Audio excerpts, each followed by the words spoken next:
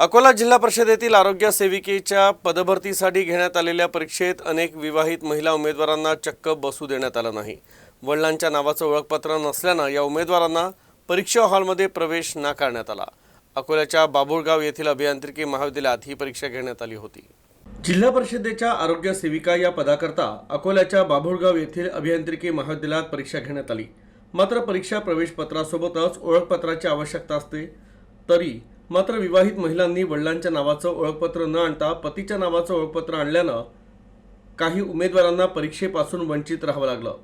परीक्षा अर्ज भरताना ज्या नावानं अर्ज भरला त्याच नावाचं ओळखपत्र आवश्यक असल्यानं 5 ते 6 महिला उमेदवारांना परीक्षेपासून वंचित राहावं लागलंय। परीक्षा अर्ज भरताना पतीच्या नावाची अट कशासाठी ठेवण्यात आली असा सवाल देखील यावेळी महिला उमेदवारांनी उपस्थित केला। झेडपीची परीक्षा होती जिल्हा परिषदची आरोग्य सेविका। त्यांनी हॉल तिकीटच्या वेळेस नव्हतं द्यायला लागत ना, म्हणजे वाटलं की आम्ही पेपर आलो नाही म्हणून। पण आता इथं आल्यावर जर घेत नाहीयेत तर आमचा पूर्ण लॉस होत आहे ना। आता त्यांनी आधार कार्ड वगैरे हे ते सगळं घेतलं, फक्त लग्नाचे जे सर्टिफिकेट असते ना ते नाही घेतात ना। ते मॅरेज सर्टिफिकेट मध्ये प्रॉब्लेम येते आमच्या।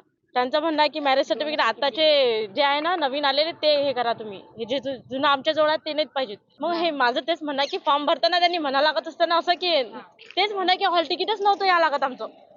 हॉल तिकीट आल्यावर जर इथून वापस गेले तर लॉस होतोय ना माझा।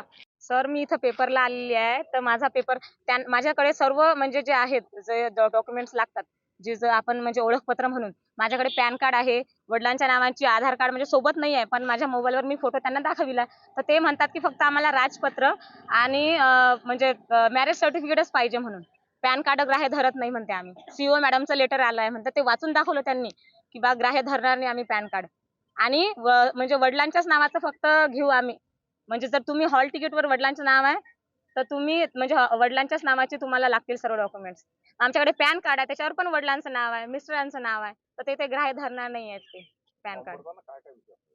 फॉर्म भरताना आम्ही सर्व जे डॉक्युमेंट्स आहे ते सर्वच लावले। त्यांनी मिस्टरांचं पण नाव विचारलं त्याच्यामध्ये, मग ते नमूद करायला नव्हतं सांगायचं ना त्यांनी।